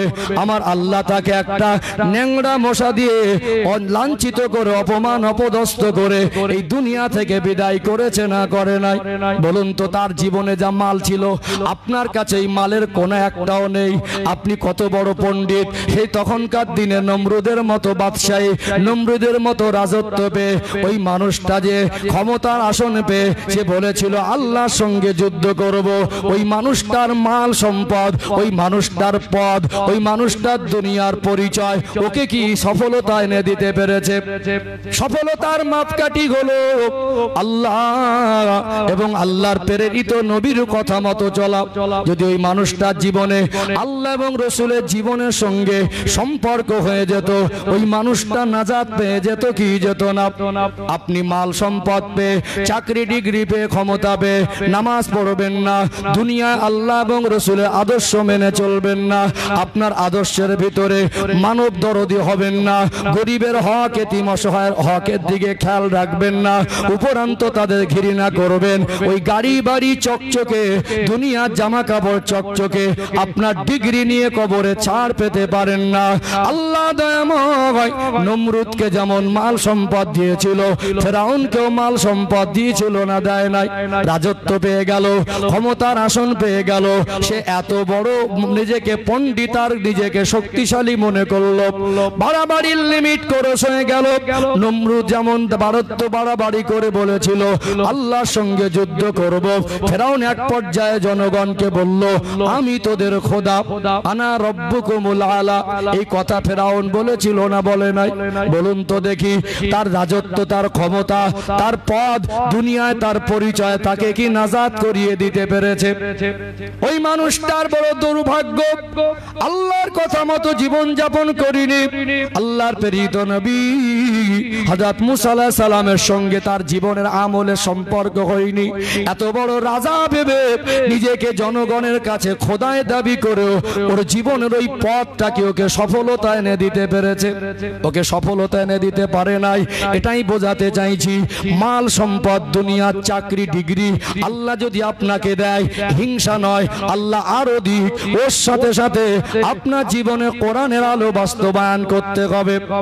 এই বর্তমান জামানায় গোটা বিশ্বের মধ্যে যে দেশের শিক্ষা ব্যবস্থা সব থেকে বেশি উন্নত, ওই দেশ থেকে পড়াশোনা করে আপনি যদি নাম অর্জন করে, যদি পৃথিবীর সেরা শিক্ষিত যদি আপনি পুরস্কার পান, বিশ্বের মানুষ যদি আপনাকে পৃথিবীর সেরা জ্ঞানী বলে আপনাকে মেনে নেয়, আপনার জীবনের সঙ্গে আল্লাহ এবং রসুল, কোরআন এবং হাদিসের সম্পর্ক না থাকে, আপনি যদি আল্লাহ এবং রসুলের কথা মতো যদি মেনে জীবন যাপন না করেন, আপনার মরণের পরে আপনার ওই গোটা বিশ্বে পরিচিত সার্টিফিকেট আপনার কাফনের সঙ্গে যদি ঢুকিয়ে দেওয়া হয়, আপনাকে কি নাজাত করিয়ে দিতে পারবে? পারবে কি? নাজাত করিয়ে দিতে পারবে না। বরং কোরআনের শিক্ষা হলো মানবতার শিক্ষা, রসুলের আদর্শ হলো মানবতার আদর্শ, রসুলের কথা আর আল্লাহর কথা হলো মানুষের জীবনে মেনে নিলে সফলতার মাপকাঠি। আল্লাহ নবী সাহাবী হযরত বেলাল রাদিয়াল্লাহু আনহু পৃথিবীর কোন স্কুলে, কোন কলেজে, কোন ইউনিভার্সিটিতে পড়েছিলেন বলতে পারবেন? কোন বংশে জন্ম করেছিলেন বলতে পারবেন? তার চেহারাটা কি খুব ভালো ছিল? তার কাছে কি 50 বিঘা জমি ছিল? ছিল কি? ছিল না। অথচ সফলতা পেল, কারণ তার জীবনের সঙ্গে আল্লাহ রসুলের সম্পর্কের গভীরতাটা বেশি ছিল। কথা ঠিক না বেঠিক? আমার আপনার কাছে 10 টাকা যদি থাকে, মনে হয় আমরা 10 টাকার মালিক। আমার আপনার কাছে 1 বিঘে জমি থাকলে মনে হয় আমরা 1 বিঘে জমির মালিক। আল্লাহ নবী সাহাবী হযরত বেলাল রাদিয়াল্লাহু আনহু তিনি ব্যক্তিগতভাবে 1 শতক জমির মালিক নয়, তার নামে কোনো জমি জায়গা ছিল না, ব্যক্তিগতভাবে 1 দিরহামেরও মালিক নয়। তদানীন্তন সময়ে আজকে পশু হাটে গিয়ে গরু ছাগল বেনা কিনতে পাওয়া যায়। জাহিলিয়াতের যুগে মক্কা মদিনায় আজ থেকে 1400 বছর আগে বাজারে মানুষ কেনা বেচা হতো পয়সার বিনিময়ে। ধনী মানুষরা দাস দাসী কৃত দাস গোলাম হিসাবে মানুষকে কিনে আনতো। আল্লাহ নবীর দুশমন, ইসলামের দুশমন বেলাল রাদিয়াল্লাহু আনহুর মনিব উমাইয়া পয়সা দিয়ে বেলাল রাদিয়াল্লাহু আনহুকে কৃতদাস গোলাম হিসাবে ক্রয় করে এনেছিল। তার জীবনে ব্যক্তি স্বাধীনতা বলে কিছু ছিল না, দেখতেও ভালো না, কোনো উঁচু বংশের লোক ছিলেন না। আল্লাহ দয়াময় আমার আপনার নবীকে নবুয়ত দিলেন, নবী আমার দিন প্রচার শুরু করলেন। যে মানুষটা জীবন স্কুল কলেজে পড়েনি, যে মানুষটা চেহারাও দেখতে ভালো নয়, হাড়ির তলার মতো কালো, যে মানুষটার দুনিয়ায় মাল সম্পদ কিছু ছিল না, অন্তরের হৃদয়ে আল্লাহ আর রাসূলকে ভালোবেসে ফেললেন, ঈমানের কলেমা পড়ে মুসলমান হয়ে গেলেন। বলুন সুবহানাল্লাহ। ওই মানুষটা ঈমান আনার পরে তাকে কঠিন ঈমানি পরীক্ষার সম্মুখীন হতে হয়েছে না হয়নি? খবর হয়ে গেল বেলাল ঈমানের কলেমা পড়েছে। উমাইয়া রেগে গেল, তুই আমার কিনে আনা কৃতদাস গোলাম, সাহস পেলি কোথা থেকে? আমার খাবি আর তুই কলেমা পড়ে মুসলমান হবি? জানি তোকে কি করতে পারিস। বিস্তারিত ঘটনা বলা আমার উদ্দেশ্য নয়, আমি বোঝাতে চাইছি আমাদের জীবনের আসল সফলতা দুনিয়ার মাল সম্পদ নয়, দুনিয়ার চাকরি ডিগ্রি নয়। আমাদের জীবনের সফলতার মাপকাঠি হলো কোরআন সুন্নাহ অনুযায়ী জীবন যাপন করা। ও ভাইজানেরা, সোনার মানিক যুবকেরা, আব্বারা মায়েরা, এই বেলাল রাদিয়াল্লাহু আনহুকে নিষ্ঠুর পাষাণ কাফেররা হাতে পায়ে দড়ি বেঁধে মরুভূমির উপর থেকে টেনে টেনে নিয়ে যায়। এই জায়গার মাটি বামনজল গ্রামের মাটি আর মক্কা মদিনার মাটি এক নয়। এই মাটিটা নিজে চোখে দেখেছি, লাল কাকরের বালু মাটি।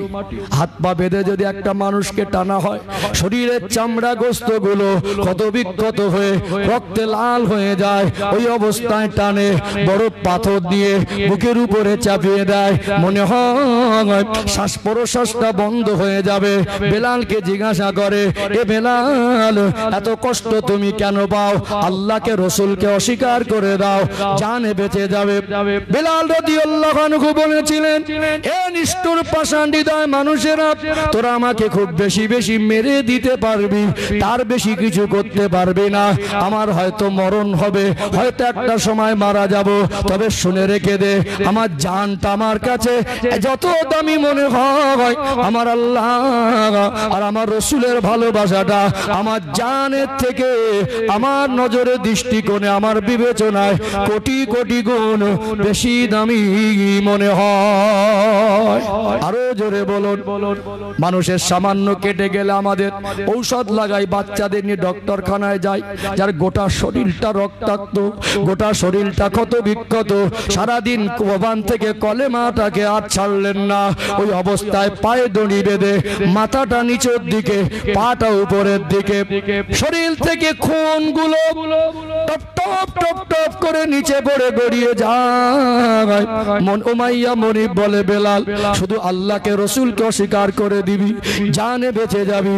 ওই সময় আল্লাহ নবীর সাহাবী হযরত বেলাল রাদিয়াল্লাহু আনহু বলেছিলেন, এ নিষ্ঠুর উমাইয়া, আমাকে তুই খুব বেশি বেশি মেরে ফেলে দিতে পারিস। আমি আমার জানকে যতটা দামি মনে করি, আমার জানের প্রতি আমার যতটা দাম, আমার রাসূলের আর আল্লাহর উপরে আমার সম্পর্ক আর মায়াটা এর থেকে কোটি কোটি গুণ বেশি দামি মনে হয়। সেই মানুষটা যখন হাঁটতেন, ওই মানুষটা জমিনে হাঁটলে আল্লাহ তার এত মর্যাদা সম্মান দিলেন, তার পায়ের আওয়াজটা আল্লাহ পাকের জান্নাতে শোনা যেত। জোরে বলুন সুবহানাল্লাহ। ওই মানুষটা যখন আজান দিতেন, কণ্ঠস্বর ভালো ছিল না, দেখতে ভালো ছিল না, দামি পোশাক পরার মতো অর্থ ছিল না, কৃতদাস গোলাম ছিল, 1 শতক জমি আর 1 টাকা ব্যক্তিগত সম্পদ ছিল না। জীবনে আজান দিতেন, সারা জীবনের মতো তোতলা হয়ে গিয়েছিলেন। গালের ভিতরে লোহার টুকরা গরম করে দেওয়ার কারণে ওই গালের জিহ্বার অংশ পড়ে গেল, শিন শব্দটা উচ্চারণ করতে পারতেন না। তথাপিও তিনি আজান দিতেন। মদিনার মসজিদে নববী শরীফে আওয়াজটা পৌঁছে যেত আল্লাহ পাকের আরশে আজিমে। অবশ্যই ইসলাম আমাদেরকে দুনিয়ার জমিনের সৃষ্টির শ্রেষ্ঠর মর্যাদা রাখার শিক্ষা দেয়। অবশ্যই আপনার বাচ্চাকে doctor, master, barrister, engineer, IPS, OC, DC করুন। অবশ্যই আপনি টাকা পয়সা মাল সম্পদ হালাল পন্থায় কামান, এতে কোনো আপত্তি নেই, বরং এতে আমার কওমের লাভ। বরং টাকা পয়সা অর্থ সম্পদ সঠিক রাস্তায় যদি ব্যয় করতে পারেন, ওই টাকা পয়সা আল্লাহ জান্নাত পর্যন্ত আপনাকে পৌঁছে দেবে। কথা ঠিক না বেঠিক? আল্লাহ পাক কোরআনুল কারীমে সর্বপ্রথম সূরাতুল আলাকের প্রথম 5টা আয়াত নাজিল করলেন রমাদানুল মুবারক মাসে কদরের রাতে জাবালে নূর গারে হেরাতে। ওই কোরআনুল কারীমের সর্বপ্রথম 5টা আয়াত সূরা আলাকের প্রথম আয়াতের প্রথম শব্দ দিয়ে আল্লাহ সূচনা করলেন ইকরা, অর্থাৎ পড়ো। শিক্ষা জাতির মেরুদণ্ড। অবশ্যই আপনার সন্তান এই দেশের সুনাগরিক হবে, এই দেশের উচ্চ পদস্থ চাকরিজীবী হবে। অবশ্যই আমাদেরকে জেনারেল শিক্ষারও দরকার আছে, তার সাথে সাথে আমাদেরকে কোরআন হাদিসের শিক্ষা, কোরআন হাদিসের আদর্শ, রাসূলুল্লাহর আদর্শ প্রত্যেকটা মানুষের জীবনে দরকার। প্রত্যেকটা মানুষের ভিতরে মনুষ্যত্ব দরকার, মানবতা দরকার, নীতি নৈতিকতা দরকার। প্রত্যেকটা মানুষের চলা বলা চাল চলন 24টা ঘন্টা যেন আল্লাহ এবং রাসূলের আদর্শের ভিতর থেকে অতিবাহিত করতে পারি, তবেই আমরা নাজাত পাবো। নচেত যদি আমরা শুধু জেনারেল শিক্ষায় শিক্ষিত হই আর যদি ধর্মীয় শিক্ষা থেকে মুখটা ঘুরিয়ে নেই, রাসূলুল্লাহর আদর্শ যদি জীবনে বাস্তবায়ন করতে না পারি, গাড়ি বাড়ি মাল সম্পদ চাকরি ডিগ্রি পদ পেয়ে যদি সফলতা মনে করি, একটা সময় আমাদের এই জীবনটা হিসাব দিতে গিয়ে কঠিন হয়ে যাবে। কথা ঠিক না বেঠিক? আপনার বাচ্চা যদি আজকে সুশিক্ষা শিক্ষিত না হয়, এই দেশের একটা উচ্চ পদস্থ শিক্ষামন্ত্রীর পদে বসতে পারবে? ইসলাম তো আপনাকে শিক্ষিত করতে মানা করেনি। আমি যেখানে বক্তব্য করছি, যদি আমি বাংলা ভাষাটা শুদ্ধ করে বলতে না পারি, জেনারেল জ্ঞানটুকু আমার কাছে না থাকে, যতই শরিয়াতের জ্ঞান আমার কাছে থাকুক, আমি দিন প্রচারটা কি বাংলা ভাষা ভালো করে বলতে না পারলে আমার কওমের কাছে পৌঁছাতে পারবো? অবশ্যই আপনাকে শিক্ষিত হতে হবে। আপনার বাচ্চাকে যদি আপনি কোরআন শরীফ শেখাচ্ছেন না, যে বাচ্চাটা ছোট থেকে এবিসিডি মারপেট থেকে শিখে আসেনি সেটা আপনি শেখাতে পারলেন, হাট্টি বাটিম কবিতাটা মারপেট থেকে শিখে আসেনি সেটা শেখালেন, নামতাটা মারপেট থেকে শিখে আসেনি সেটা শেখালেন, আতা গাছে তোতা পাখি জানতো না সেটা শেখালেন, এবিসিডি অ ক খ সেটা শেখালেন। আজকে বাংলা পড়তেও পারে, বললে লিখতেও পারে, ইংরাজি পড়তেও পারে, বললে লিখতেও পারে, অথচ কোরআন শরীফের একটা আয়াত পড়তে পারে না, অথচ সূরা ফাতিহা পড়তে পারবে না, 3টে কলেমা শুদ্ধ করে বলতে পারে না। বলুন এ ব্যর্থতা কার? বাবা মার না?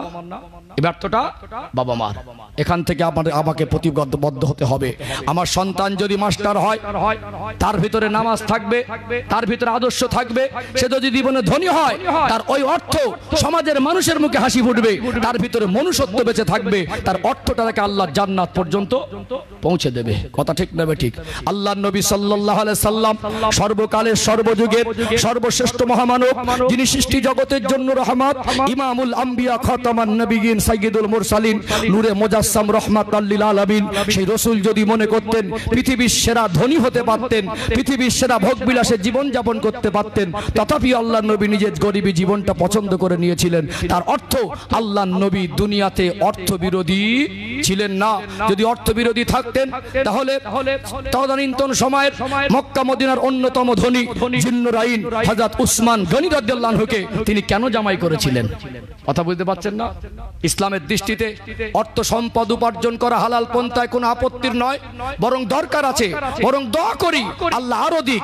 আল্লাহর নবী সাল্লাল্লাহু আলাইহি সাল্লাম তিনি উসমান রাদিয়াল্লাহু আনহুর সাথে তার কলিজার টুকরা মেয়েকে বিবাহ দিলেন। ওই মেয়েটার ইন্তেকাল হয়ে গেল। আল্লাহর নবী সাল্লাল্লাহু আলাইহি সাল্লাম আবার একদিন ডাকলেন, উসমান লাব্বাইক ইয়া রাসূলুল্লাহ, আমি আপনাকে অনেক ভালোবাসি। আল্লাহর নবীর পূর্ণিমার চাঁদের মতো চমকানো চেহারার দিকে তাকিয়ে বললেন, ইয়া রাসূলুল্লাহ, আমিও আপনাকে অনেক বেশি ভালোবাসি। আল্লাহর নবী বললেন, উসমান আমার আরেকটা মেয়ে আছে, আমি রাসূল চাইছি ওই মেয়েটাকে তুমি বিবাহ করো। উসমান রাদিয়াল্লাহু আনহু বললেন, রাসূলুল্লাহ, আমি আপনার প্রস্তাবকে ফিরিয়ে দিতে পারবো না। অর্থাৎ নবী যদি অর্থ বিরোধী হতেন, মাল সম্পদ বিরোধী হতেন, তাহলে উসমান গনি রাদিয়াল্লাহু আনহুকে এত ভালোবেসে দ্বিতীয়বার মেয়েটাকে দিতেন না। অর্থের দরকার আছে, শিক্ষারও দরকার আছে। অবশ্যই আপনার ছেলে গোটা বিশ্বের মধ্যে নাম করা হবে, তাকে ইংরেজি শেখান, তাকে অন্যান্য পিএইচডি করান, আর উন্নত মানের যে শিক্ষা ব্যবস্থা আছে সেই বিদেশে পাঠান। তার সাথে সাথে আমাকে পারিবারিকভাবে ছোট থেকে তার ভিতরে ইসলামের ভিত তৈরি করে দিতে হবে।